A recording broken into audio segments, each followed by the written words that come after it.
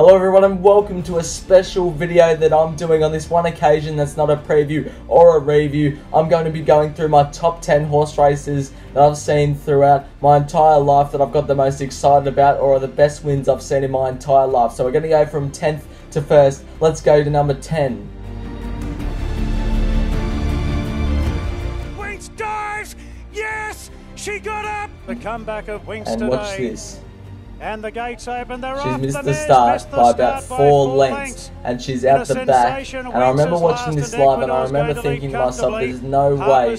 Well, it's Winks, so there was a way, but there was no way that a horse that missed the start by 4 to 5 lengths could come back and win from there. It was just seemed impossible. But then she sort of trucked up nicely to the last couple of horses and didn't have to use too much petrol to get to that position. So I knew she was a long way back. I knew she had to be tough. I was only very young then, so I probably don't have as good of a memory back then as I do now, but this was an outstanding win. When I saw that the leader had left the fence and Fox Play got a run, I thought, and it accelerated like it did here, I thought there's no way it's getting run down, and Winks hadn't been winded up yet, so I thought Fox Play would get the job done. And then I saw Winks start knuckling down here, and then I thought, oh, she's going to do it, is she going to do it, is she going to do it, is she going to do it, she's done it, she's done it.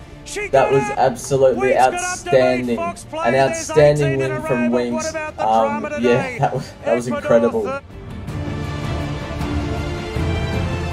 Extreme Choice 2 lengths to Flying Artie. They're set now. They're away. So they leave the gates here. Extreme Choice has got off to a good start, and Flying Artie from that wide gate, I'm sure for the big racing fans out there, you know which one Flying Artie is. It's in the pink with the black sleeves. It's on the outside going back. But I especially like this win because Extreme Choice had to do it when it was wide without cover and still managed to win it. It and Flying Artie were just a class above the rest of the field here, or the rest of the 2-year-olds here.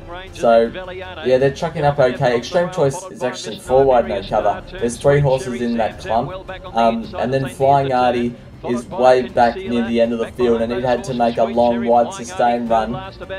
Take your eyes off Extreme Choice for a minute and watch Flying Artie and how wide it goes around the turn. Just watch it. Look how wide that is. From there to there, that's so wide. That's unbelievably wide. Extreme Choice took the front. It's just a class above the rest. And then Flying Artie was knuckling down and just kept accelerating. And at one stage, it looked like if it was going to hit its top gear, it would have been able to reel in Extreme Choice. But Extreme Choice was just too tough. And look, they've gapped the rest. This was an outstanding Blue Diamond. It was one of my favourites personally. I really enjoyed it.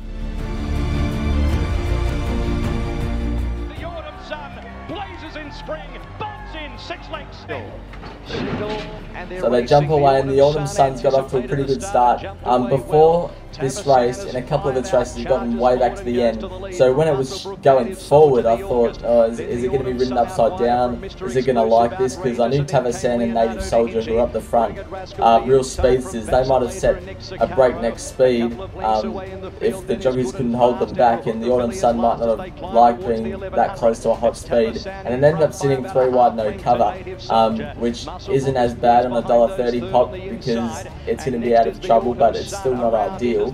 And then you can just see here it's absolutely idling up to Native Soldier. Native Soldier's gone for home and made it a staying test, but the Autumn Sun just levelled up, and at this stage I thought, oh, the Autumn Sun's raced very well without cover. Vacillator might just go straight past it. Look where Vacillator's got to. It's running open handicaps at Flemington, and then the Autumn Sun just through lengths cleared. And then it just kept going and going, and it was very special because Matt Hill said, like, bolts in from the gut at the end. Watch this. Like that, yeah. That filled me with lots of happiness when I saw it win like that, and Matt Hill, his voice coming from the gut. So, yeah, that was very special. That's number 8.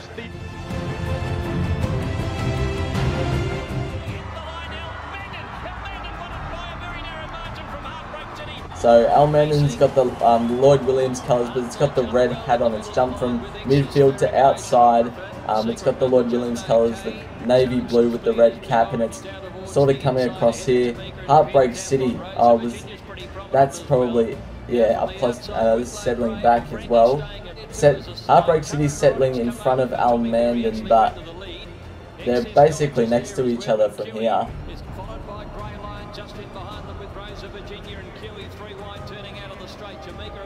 So this is why Racing.com is better, because with Channel 7, the Melbourne Cup, you just get all these angles. You can't see where your horse is for the first 800 metres, and then finally gets to this angle, and Racing.com already had that angle. So this is why I prefer Racing.com over Channel 7.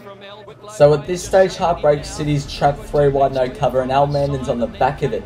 So they both came from near enough to the back, because the pace wasn't too slow in this particular Melbourne Cup. But Heartbreak City got pushed out wide at the 1200, so that's not what really you want to do in the Melbourne Cup. But Al Manden just got the perfect card off it, and they both matched motors at the end. We'll watch. So Heartbreak City's going for an inside run, whereas Al Manden is still sort of following it through, but it needs to get to the outside. Channel 7 still haven't switched from the stewards camera. There they go. Heartbreak City, Al Manden's already got clear running. Heartbreak City finds a gap, but it was exposed early, and these two just come away for a teeth and nail battle.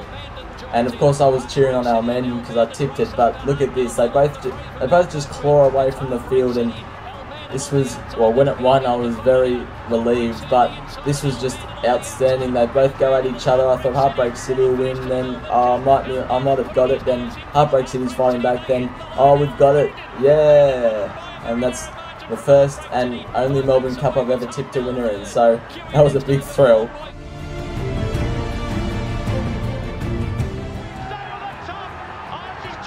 Watch it now. See, they're all jumped out. Trap for Fools would be the out-and-out leader with Divine Unicorn, who was about 100 to 1. Jon Snow was also up there, but you can see Winx is just taking its time early. It's going back in the field, and I don't know from that gate why Hugh Bowman would have pushed it over to the rail, but he did. And you can see, you'll see that Trap for Fools sets a solid tempo up, not too slow, not too quick. It was just moderate.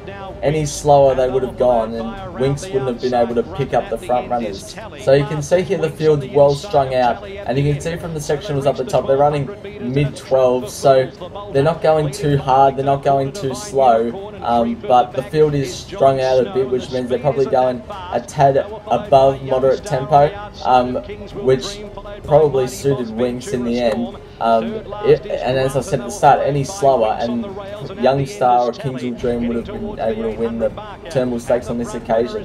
Winx is still a fair way off the leader at this stage, and Kingswood Dream had to dart up the inside, which it probably needed to in the end. And this is why Winx is so good, because she gets to the outside and she absolutely motors. It takes her a bit of time to wind up. It's only the 200 and she hasn't got past them yet, which a champion usually would have by now, but she proved she was a champion because right now she absolutely explodes at the end.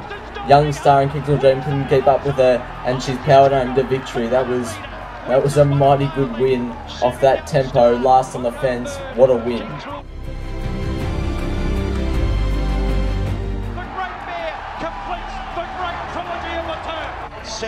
So they jump, as always. Winx has got away fairly. Humidor left the gates not so well, and it's drifting back to near the end of the field. Galo's Shop, what a horse. We've all forgotten about Galo's Shop, but it was a cracking racehorse. I mean, look at the splits up there. Galo's Shop is going under 12s for each split. That is mighty fast for a 2,000 metre race. It was a very solidly run Cox Plate, and you can see Hugh Bowman's already pulled out on Winx to make sure no one makes a run around there and she doesn't get stuck. She was exposed early, which is probably why Humidor made the ground up on her late, but Winx still won. So in every Cox Plate, Winx is travelled up like this, but you can see Humidor there is still just under a light hold, and it just needs clear running.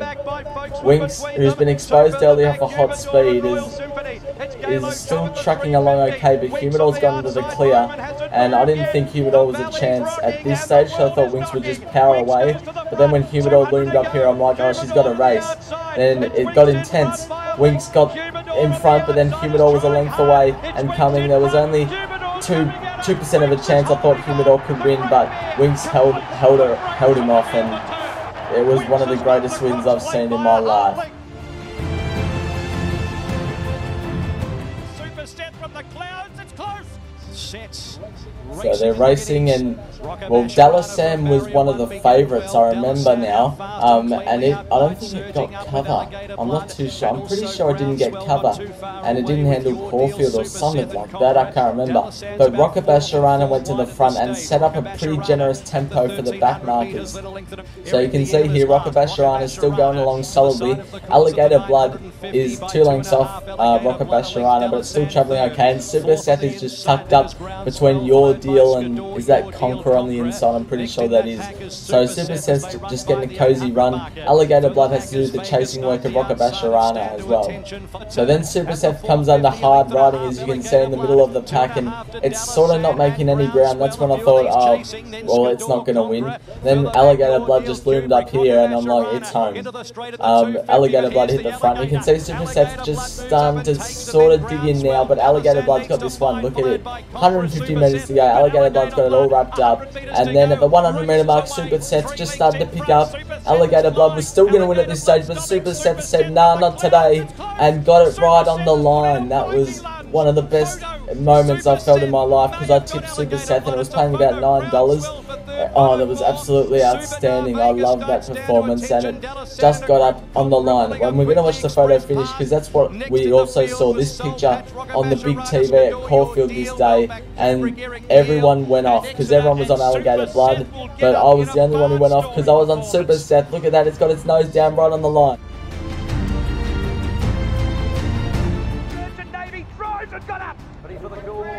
And Coolmore Stud Stakes, there's always a big field of 3-year-olds, and Merchant Navy, I don't know what the syndicate's called, but it's sort of got the green cap with the navy blue and the white sash with the green sleeves, if you don't know which one it is. They're splitting at the moment, and Merchant Navy's gone back to near enough to last, and it's managed to run through the whole field in the end and got the win.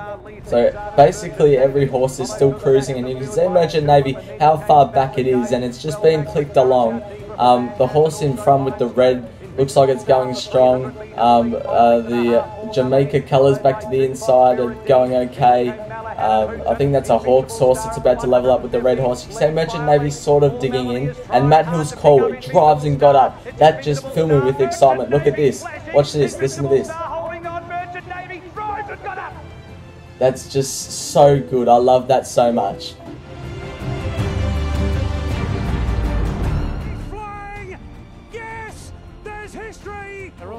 So they're off, and you can see Chautauqua was, well, yeah, clearly the slowest out of the gates, and it's gone back to last as expected, and you can see how far away the leaders get, Russian Revolution and the horse on the inside, how far they get away from Chautauqua.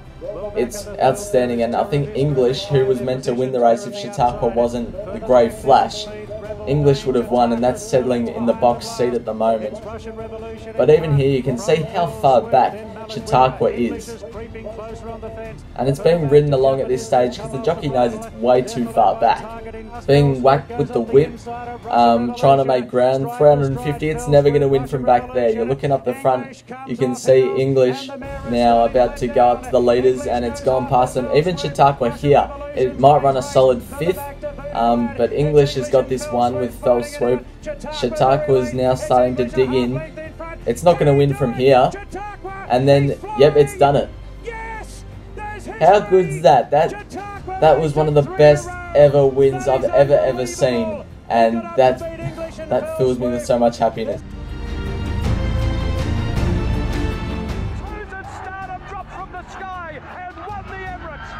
So they're off in the Emirates Stakes. Ginger Nuts, what a name for a horse, is late scratching. So Toes and Stardom's got the Australian Bloodstock colours on, and it's on the inside. Damien Lane, well, got it held up, but then got it to go again and win.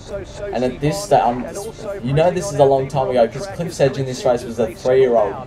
And we know that Cliff's Edge is retired now, but it was an old boy about 2 years ago, so this was a long time ago.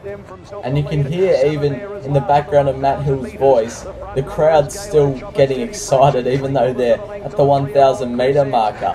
The crowd is still getting pumped up.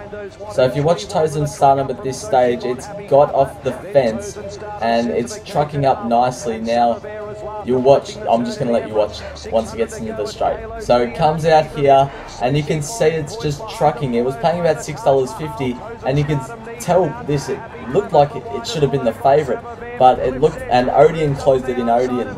It was never going to win. And then the way it just got through this gap and picked up momentum, and Matt Hill's call was probably the icing on the cake. Look how well it sprints through.